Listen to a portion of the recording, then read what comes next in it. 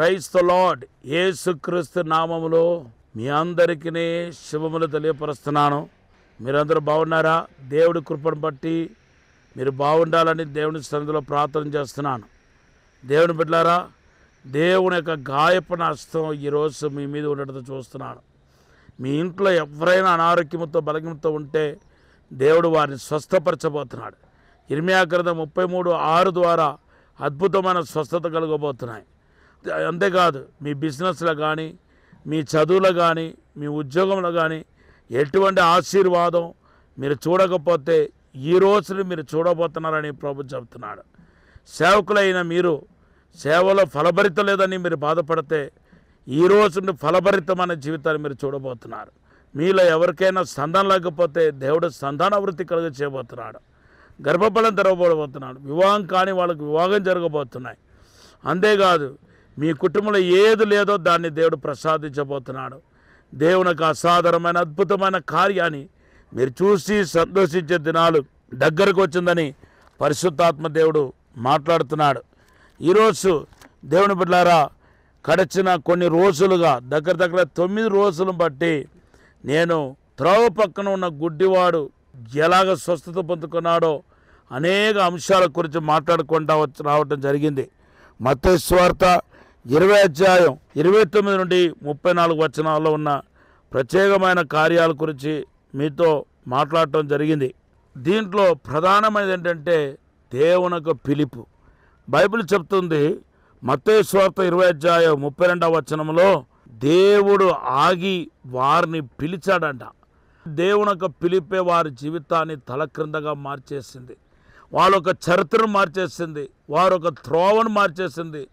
ఎంతో కాలం నుండి గుడ్డి వాళ్ళుగా ఈ లోకాన్ని చూడక, ఈ యొక్క మనుషులు చూడక, దేవుని యొక్క మహిమను చూడక మరి గుడ్డి వాళ్ళుగా జీవించిన వాళ్ళ జీవితంలో అసాధారణమైన అద్భుతమైన కార్యాన్ని జరిగించినట్టుగా మనం చూస్తున్నాం. ఈరోజు కూడా దేవుడు మిమ్మల్ని అద్భుతంగా పిలుస్తున్నాడు. దేవుని బిడ్డలారా, ఆయన పిలుపుని మీరు అందుకోండి. మొదటిగా కొన్ని కామన్ పిలుపుని మీ అందరికీ దేవుడు అందిస్తున్నాడు. ఈ పిలుపు వైపు మీ యొక్క దృష్టి నిలబెడితే ఖచ్చితంగా మీరు దీవించబడతారు. దాంట్లో 1-2 మాత్రం ఈరోజు మీతో పంచుకోవాలని చెప్పి ఆశపడుతున్నాను. మొదటిగా మనల్ని పరిశుద్ధంగా ఉండడానికి పిలుస్తున్నాడు. మొదటి తెస్సలోనికీ పత్రిక 4వ అధ్యాయం 7వ వచనంలో మరి మన అపవిత్రంగా ఉండటానికి కాదు కానీ పరిశుద్ధంగా ఉండటానికి మనం పిలువబడ్డామని పరిశుద్ధ గ్రంథంలో రాయబడి ఉంది. ఈరోజు మొదటి పిలుపు, ఎలిమెంటరీ పిలుపు, ప్రధానమైన పిలుపు, ప్రైమరీ కాలింగ్ ఏదంటే నువ్వు పరిశుద్ధంగా ఉండాలనేది దేవుని యొక్క చిత్తమై ఉంది. ఈరోజు ఈ లోకం నువ్వు పరిశుద్ధంగా ఉండాలనుకున్నా ఈ లోకం నేను అపవిత్రపరచడానికి విశ్వ ప్రయత్నం చేస్తుంది. ఎంతోమంది యవనస్తుల యొక్క జీవితం పడాపంచం అయిపోతుంది. దేవుని బిడ్డలారా, మీరు పరిశుద్ధంగా ఉండటయే దేవుని చిత్తం అనే మాటను కూడా ఈరోజు జ్ఞాపకం చేస్తున్నాను. మొదటి తెస్సలోనికీ పత్రిక 4వ అధ్యాయం 3వ వచనం, పరిశుద్ధత లేకపోతే దేవుని దర్శించలేమంట. మత్తయి సువార్త 5:8 రాయబడి ఉంది. ఎందుకు పరిశుద్ధత లేకుండా దేవుని దర్శించలేమంటే బైబిల్ రాయబడి ఉంది, మన దేవుడు పరిశుద్ధుడు కనుక మనం పరిశుద్ధంగా ఉండాలని. పేతురు రాసిన మొదటి పత్రిక 1వ అధ్యాయం 11వ వచనంలో రాయబడి ఉంది. ఈరోజు మీ ప్రాణాత్మ శరీరం పరిశుద్ధంగా ఉండాలనేది దేవుని యొక్క ఉద్దేశం. ఆయన రాకడ ముందు నిందారహితంగా ఉండాలనేది దేవుని యొక్క ఉద్దేశం. అందుకొరకు ప్రాణాత్మ శరీరాన్ని కడుగుతాడంట, శుద్ధీకరిస్తాడంట దేవుడు. మొదటి తెస్సలోనికీ పత్రిక 5వ అధ్యాయము 23వ వచనంలో మనం చూస్తున్నాం. ఈరోజు ఈ వాక్యం ఉంటున్న మీ అందరి జీవితంలో పరిశుద్ధత ఉన్నాయా? మీరు పాపాన్ని జయించగలుగుతున్నారా? శోధన జయించగలుగుతున్నారా? శరీరాశ, నేత్రాశ, జీవడంబాన్ని మీరు జయించగలుగుతున్నారా అనే విషయాన్ని ఈరోజు ఆత్మ పరిశోధన చేసుకోండి. ఈరోజు పరిశుద్ధపరచుకోండి. మన ప్రభు రాకడ సమీపంలో ఉన్నాం కనుక మీరు దేవుని బిడ్డలారా పరిశుద్ధపరచుకోవాలని దేవుని సన్నిధిలో నేను మనవి చేస్తున్నాను. రెండవదిగా పేతురు రాసిన మొదటి పత్రిక 2వ అధ్యాయం 9వ వచనం, నేను రక్షించబడిన కొత్తలో మొట్టమొదటిగా దేవుడు వాగ్దానం పెరట ఇచ్చిన వాగ్దానము.